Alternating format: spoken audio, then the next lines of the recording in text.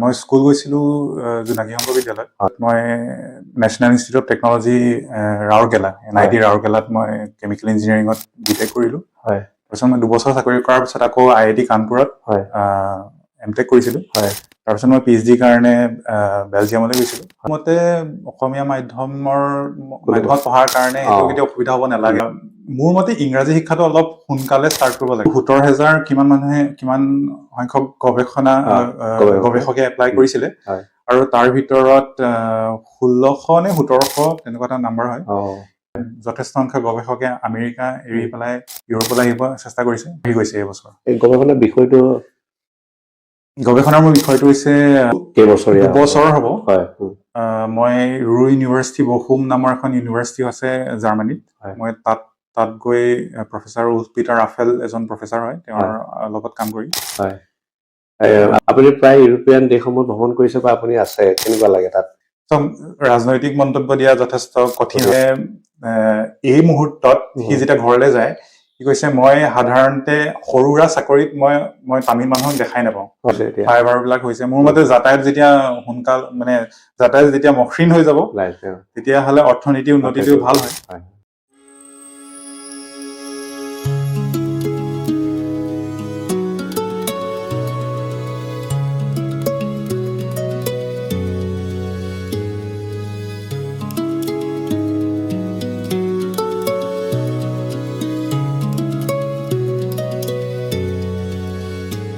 দৰ্শক, আজিৰ এই বিশেষ অনুষ্ঠানলৈ আপোনাক সকলোকে স্বাগতম জনাইছো। আৰু ইতিমধ্যে আপোনালোক সকলোৱে জানে যে অসম তথা ভাৰতবৰ্ষ তথা বিশ্বৰ বুকুত আমাৰ অসম সন্তানসকলে বিভিন্ন সময়ত আমাক গৌৰৱান্বিত কৰি আহিছে। আৰু এই মুহূৰ্তত আমি এজন অসমীয়া গৌৰৱী যুৱকক আপোনালোকৰ মাজলৈ লৈ আহিব বিচাৰিছো। ইতিমধ্যে ভাৰত নহয়, অসম নহয়, আমি যদি চাওঁ ইউৰোপীয়ান কাণ্ট্ৰিত তেখেতে বিশেষভাৱে গৌৰৱান্বিত কৰিছে। আমি যদি চাওঁ সমগ্ৰ গোটেই বিশ্বত প্ৰায় 70,000 ভিতৰত তেখেত জিলিকিবলৈ সক্ষম হৈছে, বিশেষভাৱে ফেলোশ্বিপ লাভ কৰিবলৈ। আৰু তেখেত হৈছে আমাৰ যোৰহাট চন্দননগৰৰ ঋতুৰাজ বৰা। আমি যথেষ্ট সফলতা লাভ কৰিছে। আমি এনেধৰণৰ সফলতা লাভ কৰা যুৱকসকলক আপোনালোকৰ মাজলৈ লৈ আহিবলৈ চেষ্টা কৰোঁ। ঠিক তেনেদৰে আজিও আমাৰ অতিথি হৈছে ঋতুৰাজ বৰা, উচ্চ শিক্ষিত যুৱক তথা অসমীয়াক ধন্য কৰা এজন যুৱক। ঋতুৰাজ বৰা, আপোনাক স্বাগতম জনাইছো। নমস্কাৰ। আমি বহু কথা পাতিম, কাৰণ আপুনি এই মুহূৰ্তত আমি অসম তথা যোৰহাটবাসী হিচাপে যথেষ্ট গৌৰৱ অনুভৱ কৰিছো। আপুনি নতুন প্ৰজন্মৰ আদৰ্শ। প্ৰথমতে আমি শৈশৱৰ বিষয়ে কিছু কথা জানিব বিচাৰিছো। আপুনি শৈশৱত কেনেদৰে পঢ়া শুনা কৰিছিলে, ক'ত কৰিছিলে? মই স্কুল গৈছিলোঁ জোনাকী সংঘ বিদ্যালয়ত, অসমীয়া মাধ্যমৰ। সেই সময়ত জোনাকী সংঘখনৰ যোৰহাটৰ নাম আছিলে, এতিয়াও নাম আছে। তাৰপিছত মই কটন কলেজত পঢ়িছিলোঁ 2 বছৰ বিজ্ঞান শাখাত। তাৰপিছত মই এবছৰ ৰাজস্থানত গৈ পেলাই আভিযান্ত্ৰিক পৰীক্ষাৰ কাৰণে মই প্ৰিপেয়াৰ কৰিছিলোঁ। তাৰপিছত মই National Institute of Technology Rourkela NIT ৰাউৰকেলাত মই কেমিকেল ইঞ্জিনিয়াৰিঙত BTech কৰিলোঁ। তাৰপিছত মই 2 বছৰ চাকৰি কৰাৰ পিছত আকৌ IIT কানপুৰত MTech কৰিছিলোঁ। তাৰপিছত মই PhD কাৰণে বেলজিয়ামলৈ গৈছিলোঁ, ইউনিভাৰ্চিটি অফ এণ্টৱৰ্প ইন বেলজিয়াম। তাত মই 4 বছৰ, আচলতে মোৰ প্ৰজেক্টটো 4 বছৰ আছিলে। মই 4-3 বছৰত মই PhD শেষ কৰি পেলাই আৰু এটা ফেলোশ্বিপৰ কাৰণে এপ্লাই কৰিছিলোঁ বেলজিয়াম গভৰ্ণমেণ্টৰ। আৰু তাৰপিছত মই 3-4 বছৰ মই সেই প্ৰজেক্টৰ ওপৰত কাম কৰি আছিলোঁ। যোৱা 2025 চনত মই মেৰী কিউৰী যিটো ফেলোশ্বিপ হয় ইউৰোপীয়ান ইউনিয়নৰ, আৰু সেইটোত মই এপ্লাই কৰিছিলোঁ। তাৰপিছত মই সেইটো এইবাৰ বাকী আছিলোঁ। সেইটো বিষয়ে কথা পাতিম। কিন্তু আমি এই মুহূৰ্তত এটা কথা ক'ব বিচাৰিছো যে সততে প্ৰশ্ন হয় যে আমি বিভিন্ন প্ৰশ্ন আহে যে আমি যিসকল যুৱক যুৱতীয়ে অসমীয়া মাধ্যমত পঢ়িছিলে তেখেতসকলৰ বৰ্তমান আগবাঢ়ি যোৱা কেতিয়াবা অসুবিধা হয় বুলি একাংশই ক'ব বিচাৰে, কাৰণ মাধ্যমটো অসমীয়া। কিন্তু আপুনি ইংৰাজী ভাষাত আপুনি আগবাঢ়িবলৈ হ'লে অসমীয়া মাধ্যমত পঢ়িলে অকণমান অসুবিধা হয় বুলি কয়। যেহেতু আপুনি অসমীয়া মাধ্যমতে পঢ়া, আপুনি নহয় জানো, কি ক'ব এই মুহূৰ্তত? মোৰ মতে অসমীয়া মাধ্যমত পঢ়াৰ কাৰণে এইটো কেতিয়াও অসুবিধা হ'ব নালাগে। এইটো অসুবিধা নহয়ও আচলতে।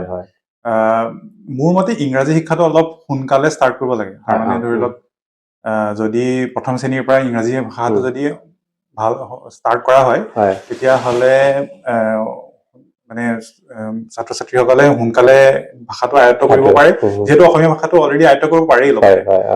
আৰু মোৰ মতে ভাষাটো ইমান ইম্পৰ্টেণ্ট এইটো কাৰণে নহয়, কাৰণ আমি দেখিছো ধৰি লওক যদি চীন দেশত দেখা যায় তেওঁলোকৰ ছাত্ৰ ছাত্ৰী আহিও আমাৰ লগত আমাৰ গৱেষণা কৰে, তেওঁলোকৰ ইংৰাজী ভাষা ইমান ভাল নহ'ব পাৰে, যিহেতু চীন দেশত ইংৰাজী ভাষাৰ ইমান প্ৰচলন নাই, কিন্তু তেওঁলোকৰ যিটো মানে কাম হয় কামটো যথেষ্ট ভাল হয়, গতিকে তাত মানে ভাষাটো ইমান ইম্পৰ্টেণ্ট নহয় আৰু গুৰুত্বপূৰ্ণ নহয়।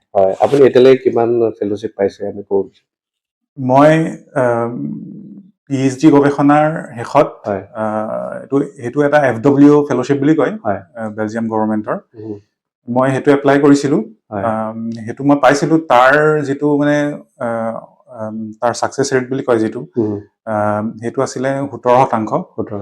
তাৰমানে 700 কিমান মানুহে এপ্লাই কৰিছিলে, তাৰ ভিতৰত মই মোৰ 250 তেনেকুৱা ধৰণৰ এটা সংখ্যা হয়, ইমানলৈকে পাইছিলে। আৰু তাৰপিছত মই সেইটো আৰম্ভ কৰি 2022 চনৰ শেষৰ পৰা আৰম্ভ কৰি এতিয়া মই চলি আছে। আৰু এতিয়া মই মেৰি কিউৰিটো এপ্লাই কৰিলো। তাত কিমান এপ্লাই কৰিছিলে?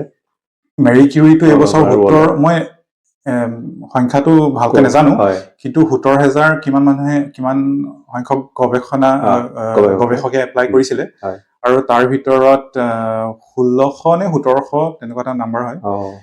এনেই পৃথিৱীৰ ভিতৰত 1600, গোটেই পৃথিৱীৰ 1600 হয়।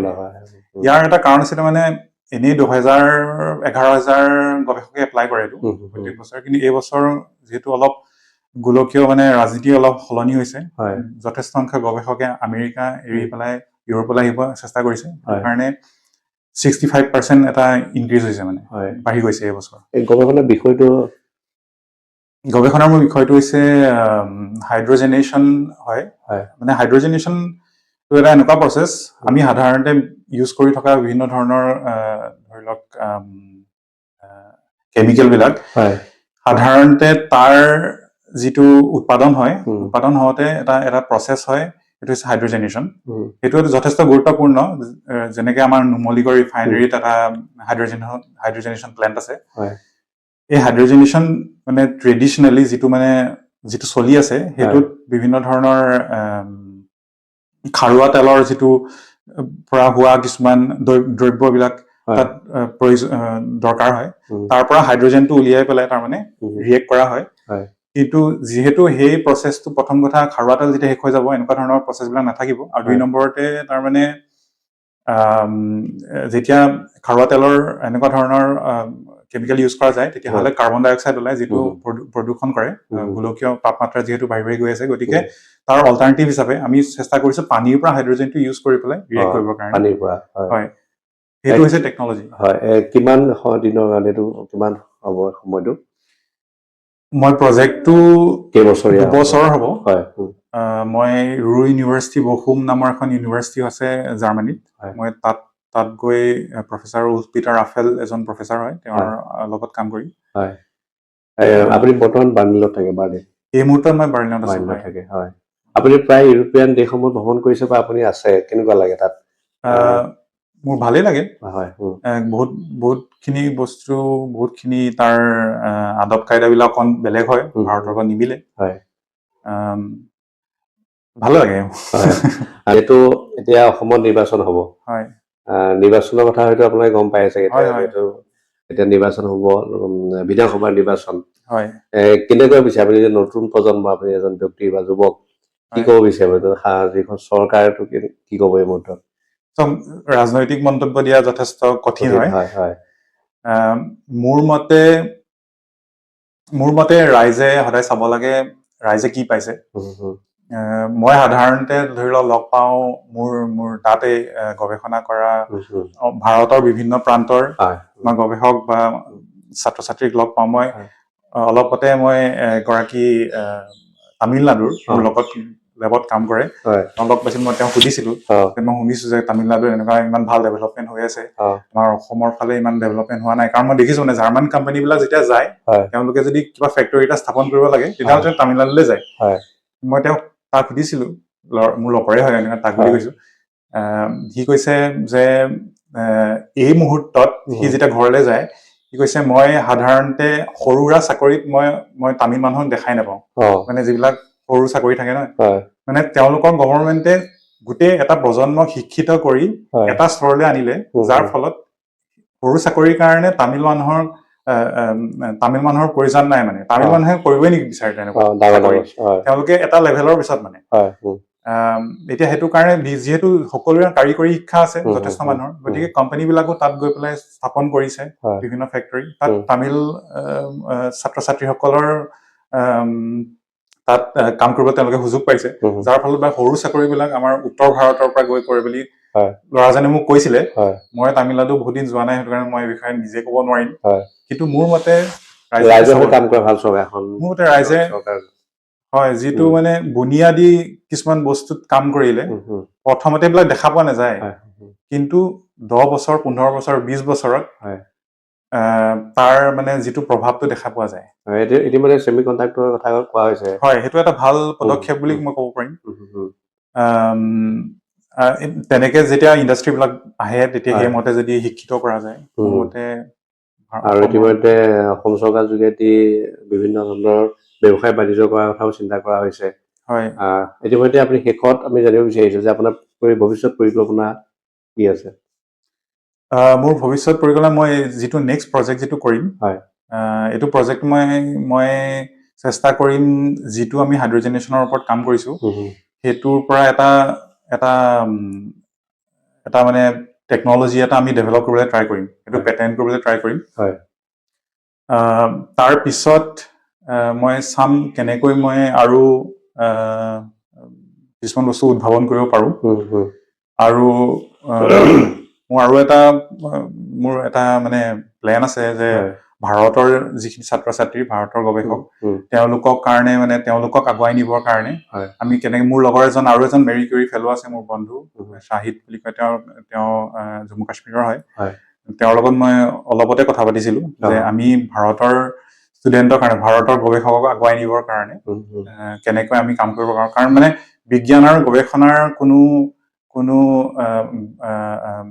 বাউণ্ডেৰী নাই মানে বিজ্ঞান চবতে মানে বিভিন্ন দেশৰ আইডিয়াবিলাক আনি পেলাই যেতিয়া বস্তুটো ডেভেলপ কৰা হয় তেতিয়াহ'লে তাৰ লাভটো বেছি হয় আপোনাৰ ভৱিষ্যতে ভাৰত বা অসমত কাম কৰাৰ ইচ্ছা আছে নিজৰ জন্মভূমিলৈ নহয় জানো মোৰ যথেষ্ট ইচ্ছা আছে এই মুহূৰ্তত যিহেতু মই এই দ্বিতীয় মেৰি কিউৰী প্ৰজেক্টটোৰ কাৰণে কাম কৰিম গতিকে এই মুহূৰ্তত মোৰ ইচ্ছা নাই ভৱিষ্যতে মই চাগে যদি কিবা সুযোগ পাওঁ তেতিয়াহ'লে মই ভাৰতৰ কাৰণে নিশ্চয় শেষত যোৰহাটক কেনেকুৱা দেখিছে অলপ সলনি হৈছে যোৰহাটখন প্ৰত্যেক বছৰে মই আহোঁ অলপ সলনি হোৱা যায় না দেখোঁ এইবাৰ অলপ আপোনাৰ অহা যোৱা যিটো ৰাস্তা দেখিছে সেইফালেতো ধুনীয়া হৈছে ৰাস্তাটো আৰু এইফালেতো বনাই আছে নৱালীটো ফ্লাইঅভাৰ বিলাক হৈছে মোৰ মতে যাতায়াত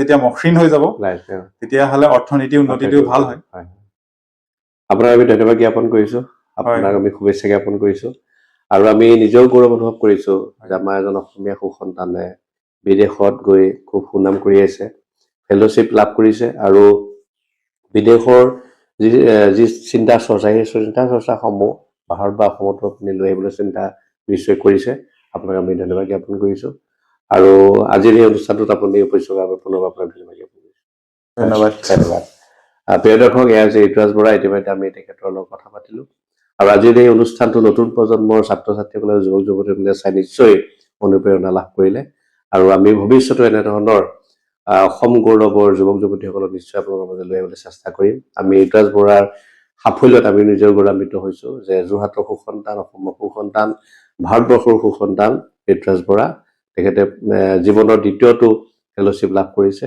আমি আশা কৰিছো এই ফেলোশ্বিপ সফলতাৰে তেখেতে শেষ কৰক আৰু ভৱিষ্যত যি পৰিকল্পনা সেই পৰিকল্পনা তেখেতে সফলতাৰে লাভ কৰক পুনৰবাৰ আমি এই বিশেষ অনুষ্ঠানটো চাই থকাৰ বাবে সকলোকে ধন্যবাদ জ্ঞাপন কৰি আজি অনুষ্ঠানটো আমি ইমানতে সামৰিছো চাই থাকিব আপোনালোক একমাত্ৰ প্ৰিয় চেনেল পোহৰ লাইভ ধন্যবাদ যোৰহাটৰ জেবি ৰোডত অৱস্থিত জ্যোতিষ্মান ড্ৰাগছ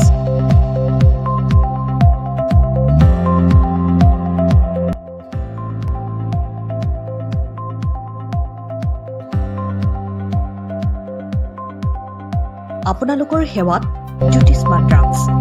আমাৰ ইয়াত শিশুসকলৰ লগতে প্ৰাপ্তবয়স্ক পুৰুষ মহিলাসকলৰ বিভিন্ন ৰোগৰ ঔষধ উপলব্ধ। পুৱা 9 বজাৰ পৰা নিশা 10 বজালৈ খোলা থকাৰ লগতে বিভিন্ন ঔষধ ৰেহাই মূল্যত উপলব্ধৰ ব্যৱস্থা। আপোনালোকৰ জৰুৰীকালীন সেৱাৰ বাবে জ্যোতিষ্মান ড্ৰাগছ। আমি সদায় সাজু। আমাৰ ঠিকনা JB ৰোড, যোৰহাট।